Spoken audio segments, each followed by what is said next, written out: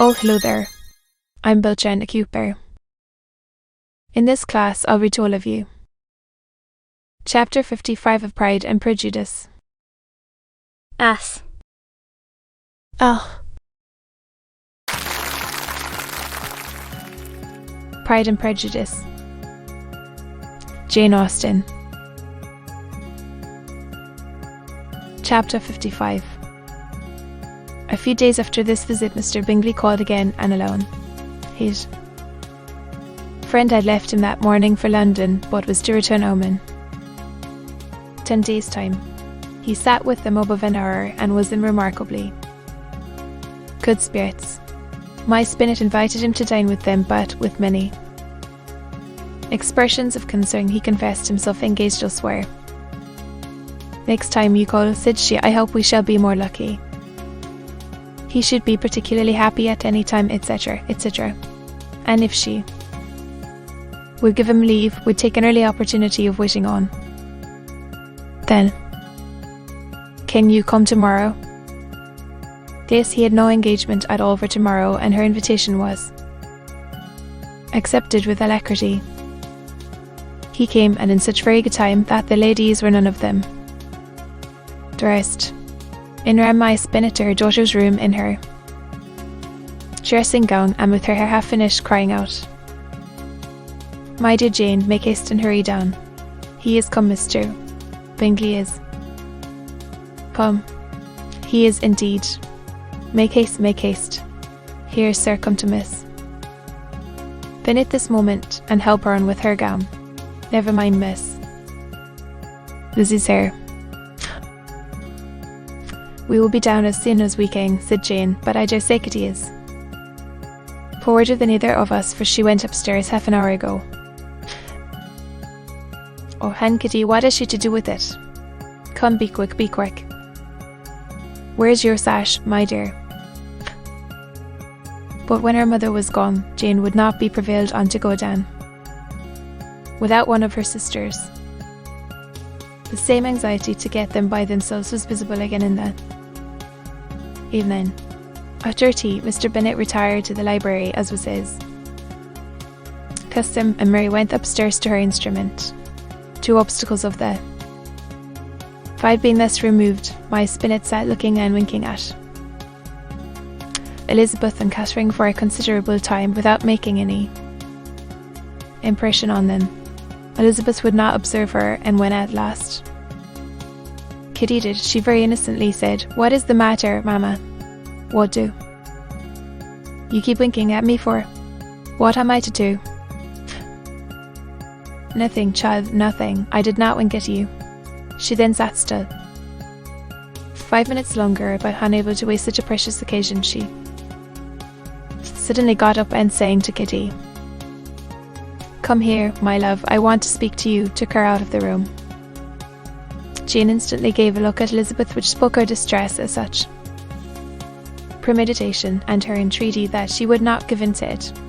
In a few minutes, my Spinnet half opened the door and called out, Lizzie, my dear, I want to speak with you. Elizabeth was forced to go.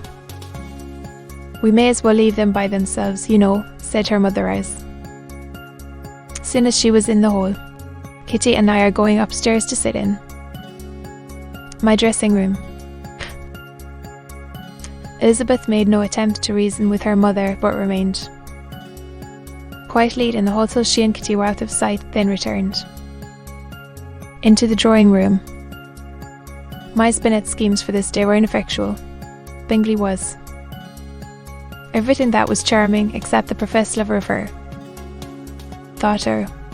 His ease and cheerfulness rendered him a most agreeable addition to their evening party, and he bore with the ill-judged officiousness of the mother, and heard all her silly remarks with a forbearance and command of countenance particularly grateful to the daughter.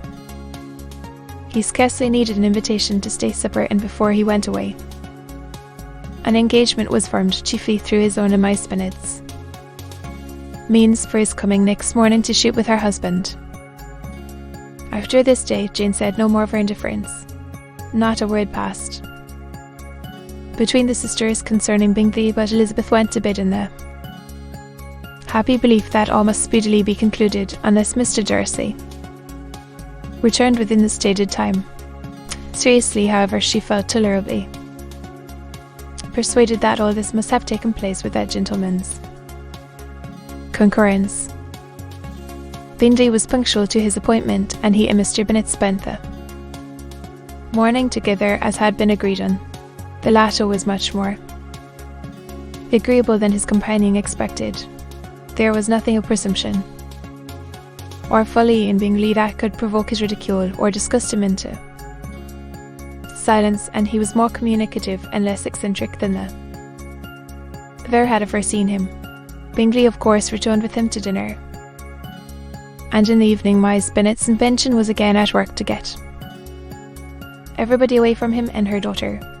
Elizabeth, who had a letter to write, went into the breakfast room for that purpose soon after tea, for as the others were all going to sit down to cards, she could not be wanted to counteract her mother's schemes. But on her returning to the drawing room when her letter was finished, she saw to her infinite surprise there was reason to fear that her mother had been too ingenious for her. On opening the door, she perceived her sister and Bingley standing together over the hearth, as if engaged in earnest conversation, and had this led to no suspicion, the faces of both, as they hastily turned round and moved away from each other, would have told it all. Their situation was awkward enough, but her, she thought, was still worse. Not a syllable was uttered by either, and Elizabeth was on the point of going away again when Bingley, who as well as the other had sat down, suddenly rose and, whispering a few words to her sister, ran out of the room. Jane could have no resource from Elizabeth where confidence would give pleasure, and instantly embracing her, acknowledged with the liveliest emotion that she was the happiest creature in the world.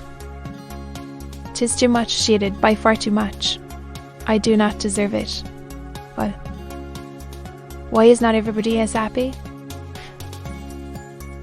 Elizabeth's congratulations were given with a sincerity, a warmth, a delight which words could but poorly express.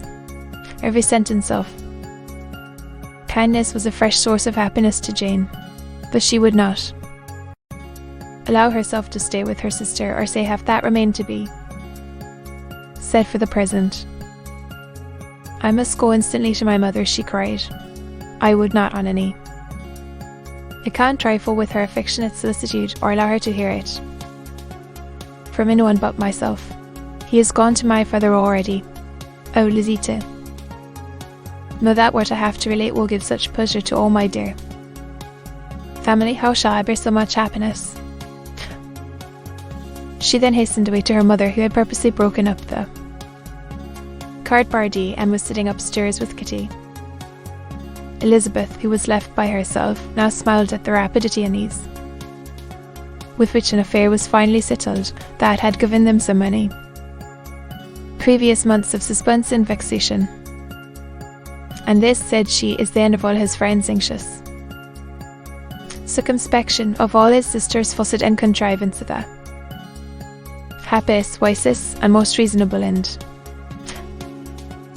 In a few minutes she was joined by Bingley, whose conference with her father had been short and to the purpose. "Where is your sister?" said he hastily, as he opened the door. "With my mother upstairs. She will be down in a moment, I dare say." He then shut the door, and coming up to her, claimed the good wishes and affection of a sister. Elizabeth honestly and heartily expressed her delight in the prospect of their relationship. They shook hands with great cordiality, and then, till his sister came down, she had to listen to all he had to say of his own happiness and of Jane's perfections. And in spite of his being a lover, Elizabeth really believed all his expectations of felicity to be rationally founded, because they had for basis the excellent understanding and super excellent disposition of Jane, and a general similarity of feeling and taste between her and himself. It was an evening of no common delight to them all, the satisfaction of Miss Bennet's mind gave such a glow of sweet animation to her face as made her look handsomer than ever. Kitty simpered and smiled and hoped. Her turn was coming soon. Miss Bennet could not give her consent or speak her approbation in terms warm enough to satisfy her feelings. Though she talked to Bingley of nothing else for half an hour, and when Mr. Bennet joined them at supper, his voice and manner plainly showed how really happy he was. Not a word, however, passed his lips in allusion to it till their visitor took his leave for the night, but as soon as he was gone he entered his daughter and said, "Jane, I congratulate you. You will be a very happy woman." Jane went to him instantly, kissed him, and thanked him for his goodness. "You are a good girl," he replied, "and I have great pleasure in thinking you will be so happily settled. I have not a doubt of your doing very well together. Your tempers are by no means unlike. You are each of you so complying that nothing will ever be resolved on so easy that every servant will cheat you, and so generous that you will always exceed your income. I hope not so. Imprudence or thoughtlessness in money matters would be unpardonable in me. Exceed their income, my dear Mr. Bennet, cried his wife. What are you talking of? Why, he has 4,000 or 5,000 a year, and very likely more. Then addressing her daughter, "Oh, my dear, do Jane, I am so happy. I am sure I shan't get a wink of sleep all night. I know how it would be. I always said it must be so at last. I was sure you could not be so beautiful for nothing. I remember as soon as ever I saw him when he first came into our Forge last year, I thought how likely it was that you should come together. Oh, he is the handsomest young man that ever was seen. Wickham, Lydia were all forgotten. Jane was beyond competition her favourite child. At that moment she cared for no other. Her younger sisters soon began to make interest with her for objects of happiness, which she might in future be able to dispense. Mary petitioned for the use of the library at Netherfield, and Kitty worked very hard for a few balls there every winter. Bingley from this time was of course a daily visitor at Longbourn, coming frequently before breakfast and always remaining till after supper, unless when some barbarous neighbour who could not be enough detested had given him an invitation to dinner which he thought himself obliged to accept. Elizabeth had now but little time for conversation with her sister, for while he was present Jane had no attention to bestow on anyone else, but she found herself considerably useful to both of them in those hours of separation that must sometimes occur.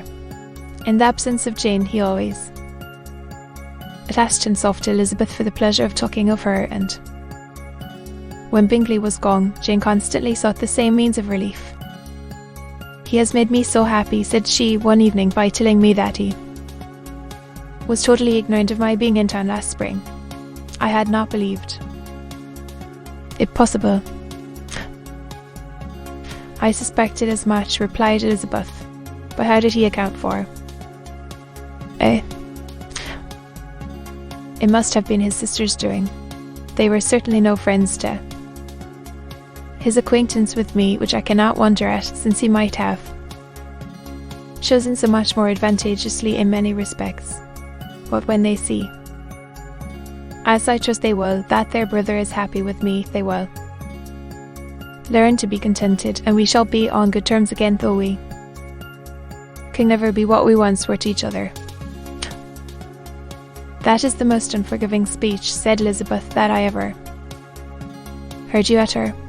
Good God, it would vex me indeed to see you again the dupe of Miss Bingley's pretended regard. Would you believe it, Lizzie, that when he went to town last November he really loved me, and nothing but a persuasion of my being indifferent would have prevented his coming down again? He made a little mistake, to be sure, but it is to the credit of his modesty. This naturally introduced a panegyric from Jane on his diffidence and the little value he put on his own good qualities.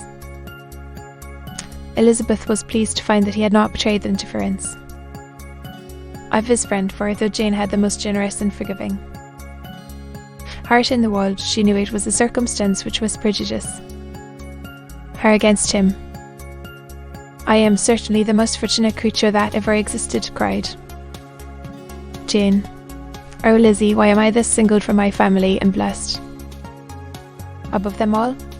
If I could but see you as happy, if there were but such another man for you.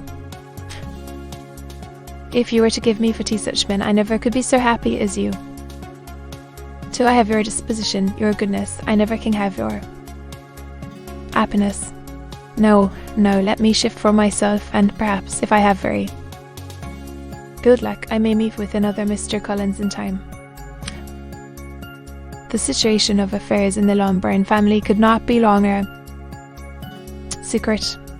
Miss Bennet was privileged to whisper it to Miss Phillips, and she ventured, without any permission, to do the same by all her neighbours in Meryton.